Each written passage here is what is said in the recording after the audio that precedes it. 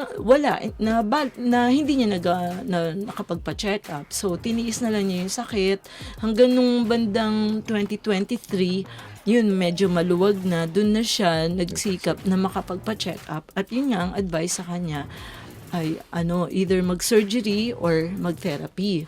Surgery kagad ang in-advise, pero sa kanya syempre nerve yun natatakot din naman siya, kaya baka makuha sa therapy. Kaya nag-therapy po siya noon, mga 10 session yun.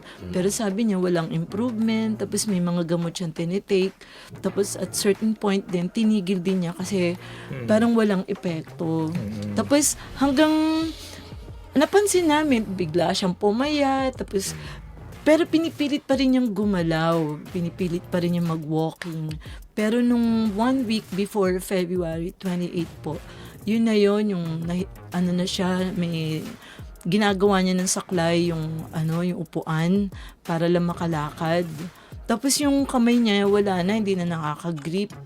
Tapos mga 3 days before Feb 28, yun na, hindi na pala siya nakakadumi, hindi na nakakaihi. Nung time na yun kasi nasa Pampanga naman kami ng anak ko dahil nagpapagamot din siya, sinamahan ko doon. Kaya nung pagdating namin doon sa bahay, wala na, nakahiga na lang siya.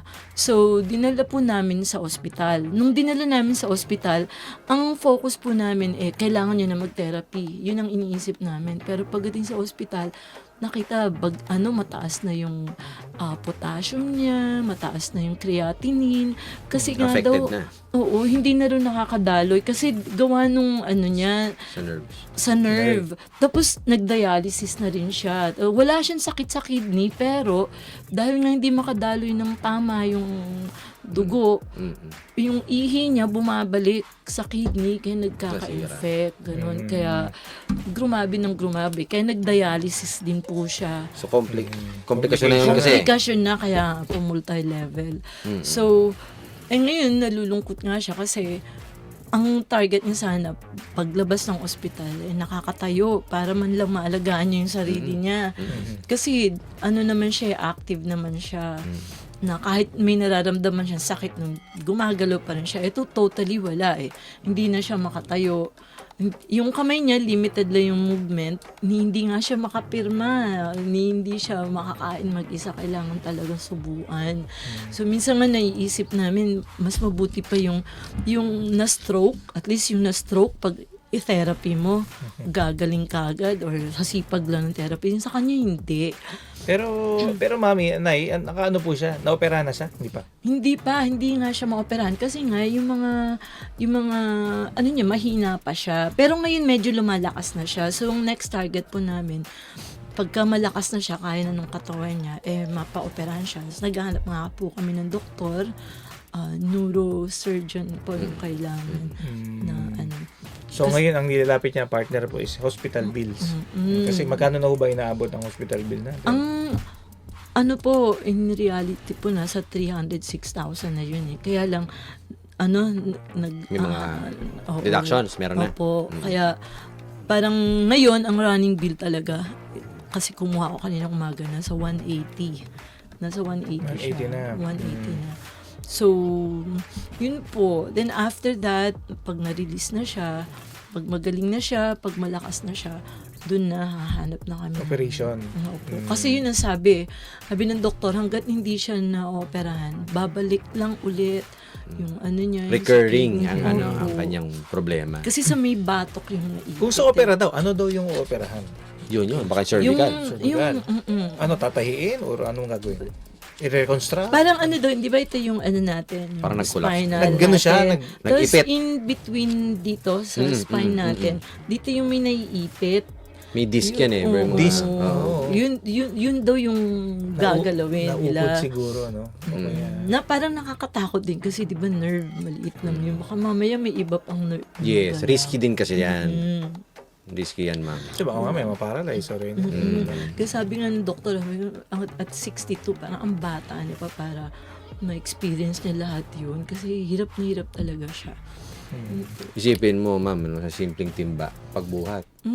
Alam mo, kasi mayroon tamang pagbuhat niyan. Lalo na pag mga mabibigat. Pero kasi partner, dapat sa edad po na 62 ay hindi na rin. But, Oo nga. Kasi ako na, minsan nagpa-check up ako, CT scan ako, nakita rin sa slip disc ko, manipis eh. Kaya minsan sumasakit yung likod. So, hindi na-advise na magbuhat. Anong masakit? Bewang. Bewang eh, dito. Aba, isipin mo, ba't parating masakit ng bewang mo? Well, yun, may therapy Gamit. ngayon. Hindi ko nga ako na ano, kasi nga, minsan kasi na, isang beses, dalawang beses, parang ako na-paralyze, hindi ako makatayo eh. Parang may naipitan ka, no? Ganun yung Hindi ako makatayo, ganun. hindi, nasa opisina ko dati, hindi ako binuhat talaga ako pa uwi. Hello. Masakit po talaga. Pa-check kayo. Minsan sa pagtulog yan, partner. Sa pagtulog. Eh kasi sa sopa lang ako natutulog. Okay, partner eh. So, ang nilalapit ni Ma'am Teresa ay hospital bill. Opo. So, hopefully, may sinabi ba si doktor na hanggang kailan kayo doon sa ospital? Siyempre, habang nandun kayo, running yan Di ba? Yung balance natin, running yan. Opo, running. Actually, dapat itong week na to, kaso parang nagkaroon siya ng infection.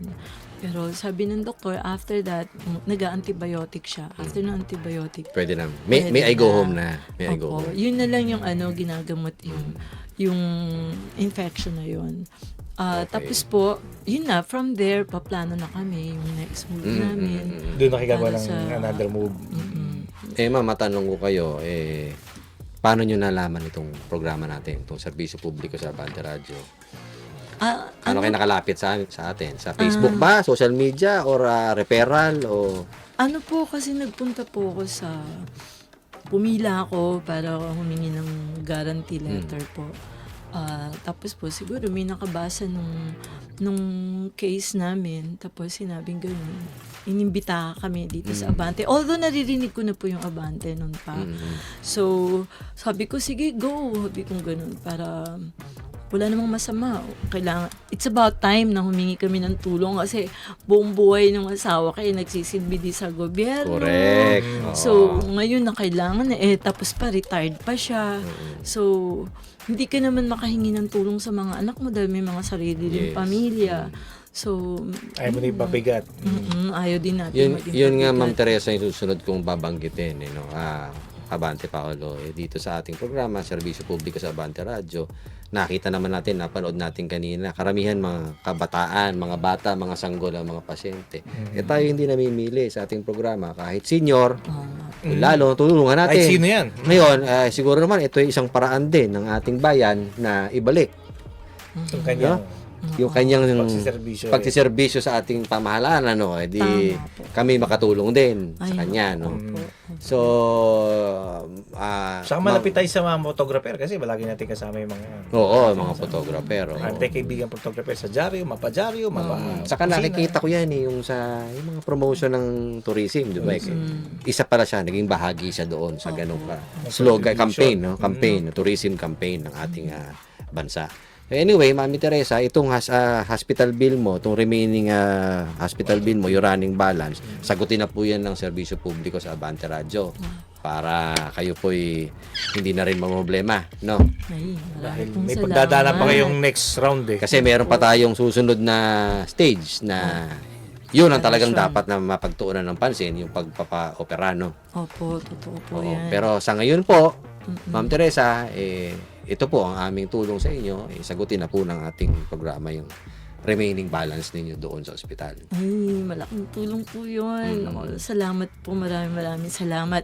At buti na lang po, may mga ganitong proyekto na binabahagi nyo para matulungan nyo yung mga taong katulad namin. Di po ba? So, maraming pong salamat. Lalo